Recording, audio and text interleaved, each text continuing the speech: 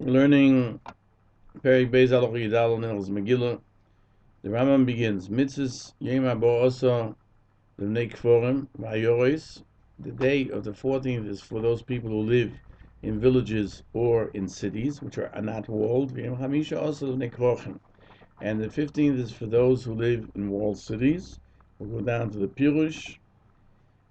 Li Yoison Yom Simcha Mishta. There should be a day of happiness, of meals, Umishloach Monis L'Reim, to send portions to friends, Matonis Le'Evyonim, and Matonis Le'Evyonim, Umut was is Molocha. You can do Molocha, Al Bikain, Ein Roy Lazis Be Molocha. Even so, it's not correct to do Molocha. Amor HaChomim. Rambam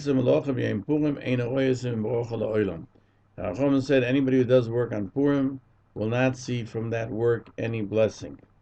Magen Mishnah says that this is found exactly in the Gemara in many places.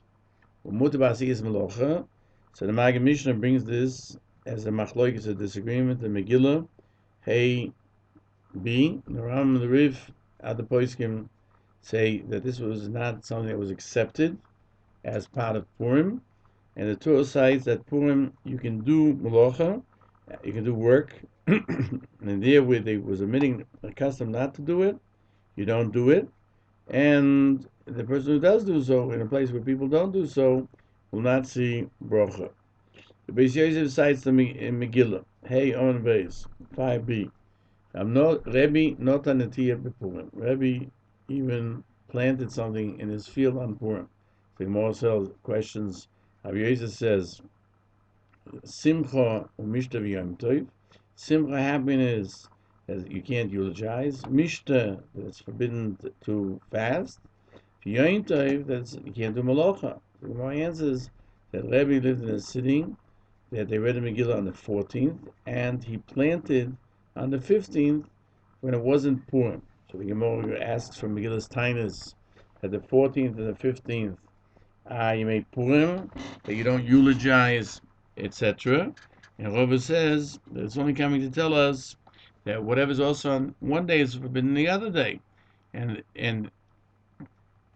the question is, why then, even though on the 15th he shouldn't have been able to do Melacha, the Gemara answers that it's only forbidden on both days to eulogize and to fast. But work is only forbidden the first day or the day that the person is keeping.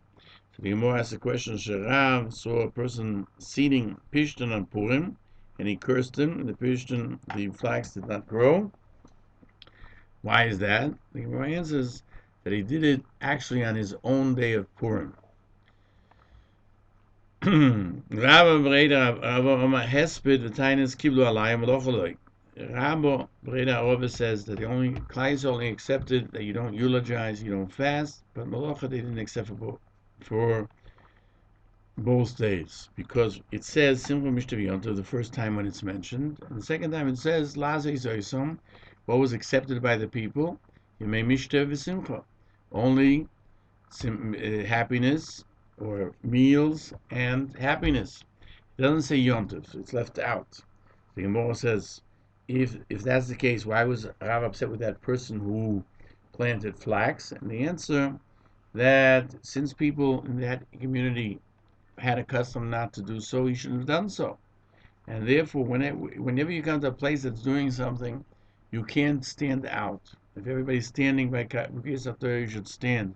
Everybody, if someone's standing and sitting, it's different. If all are standing, you have to stand. According to Rebbe, you could plant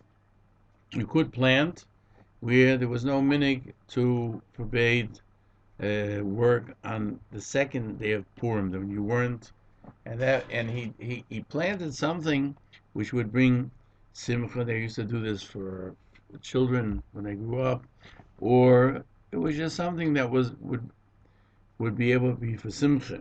Beis Yosef cites the Rif and the Rosh make the halacha like Rava, but the Rambam writes that you shouldn't do malacha. It's not correct to do so. And we see that Rav was upset. And furthermore, the Beis Yosef cites the shiur Aleket, that there's no forbiddenness on the day of work when you don't read the Megillah. And that in other words, every city outside that isn't walled can work on the 15th, or in Yerushalayim on the 14th. The Ramah cites from the Abu Dharam that even the second day, the Noshim were noig not to do Melacha. Like, and we'll turn the page, we find in the Ran, and he states from the Kolboy that today everyone accepted the Issa Melacha on Purim, and this minig on the day of Purim itself, it shouldn't be changed. And in building something that is going to bring you simcha, it's permitted. And of course, Melachas Mitzvahs, Muteres, that's why everybody's running around on Purim. Beis Yosef cites from the Orchos Chaim, even though keeping the Issa Melacha was not accepted, afterwards it was accepted, the forbidden Melacha.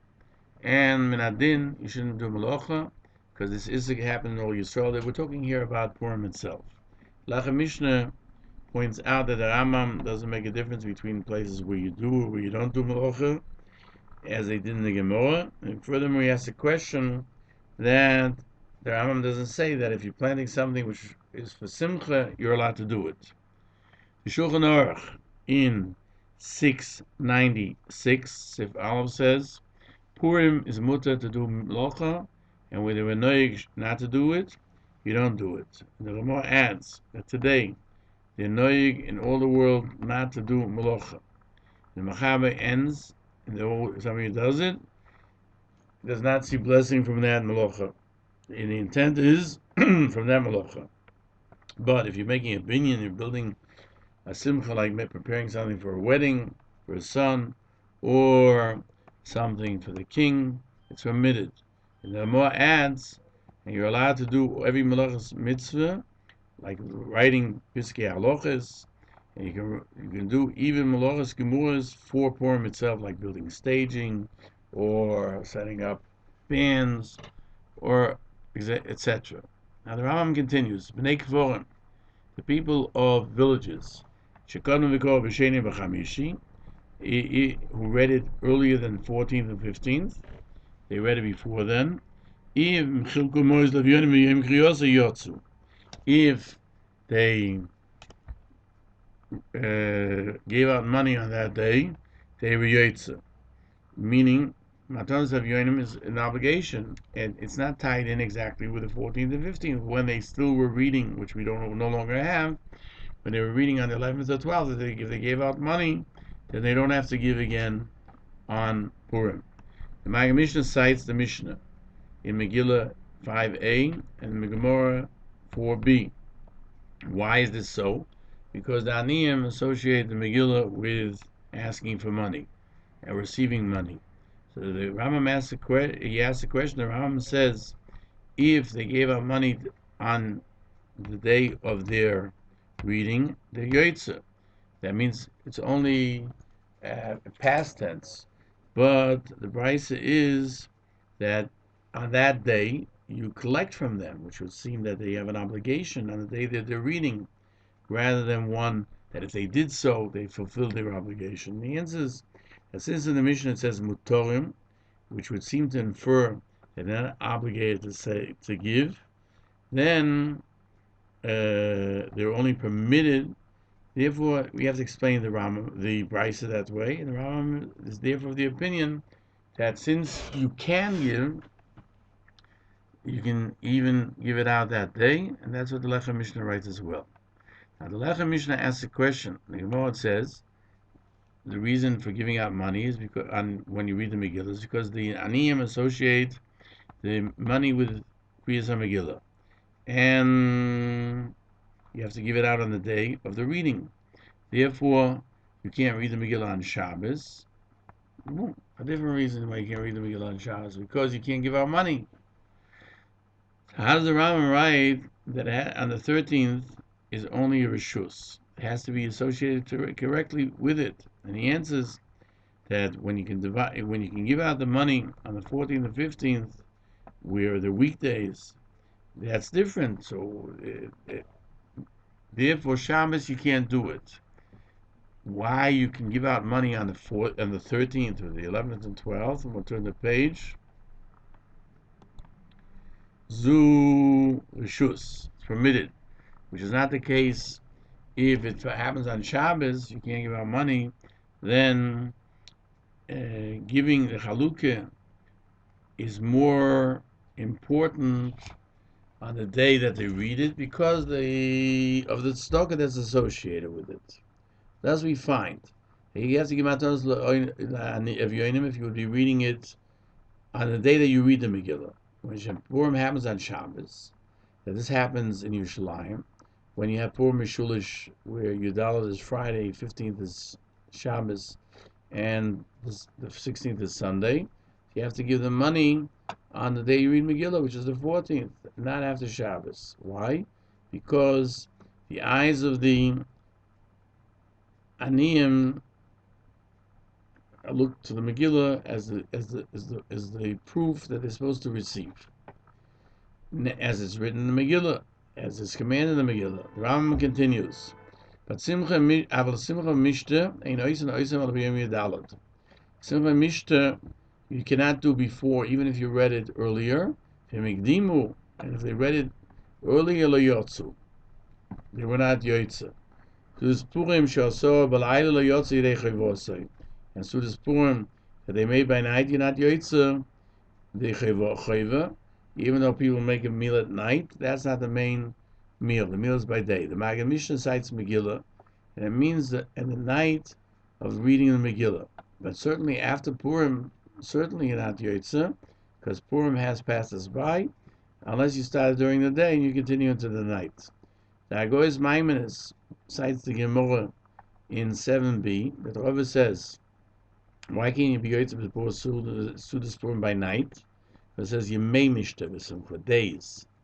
And he adds that if he washes his hands for Suda at night, and he continues into the night after, by day rather, before evening, and he goes into the night after Purim, the Maram says that he has to say Al Anisim in benching, as we find Rav Tzoli Shel Shabbos and Motzei Shabbos. Just like Shalosh Judas that goes into the night, you say Ritzei even though you're in the night. The Torah writes in 695, you say Al Anisim and Be'ez HaMozen V'Oido. And also in Oido, and if you began the meal b'yoim, and it went on to the night, the Rosh said you shouldn't say Al Anisim. The Ramah says in Darkei Moshe that the minig is that if it continues into the night, you say Al Anisim. Shulchan Aruch paskins that Sudas Purim they did by night, you're not Yotze. That means the night before, the first night of Purim, the night before the day, and the Ramah adds by night you should still be happy and have a little bit more of a meal. The Mechaber, the Shulchan Aruch continues.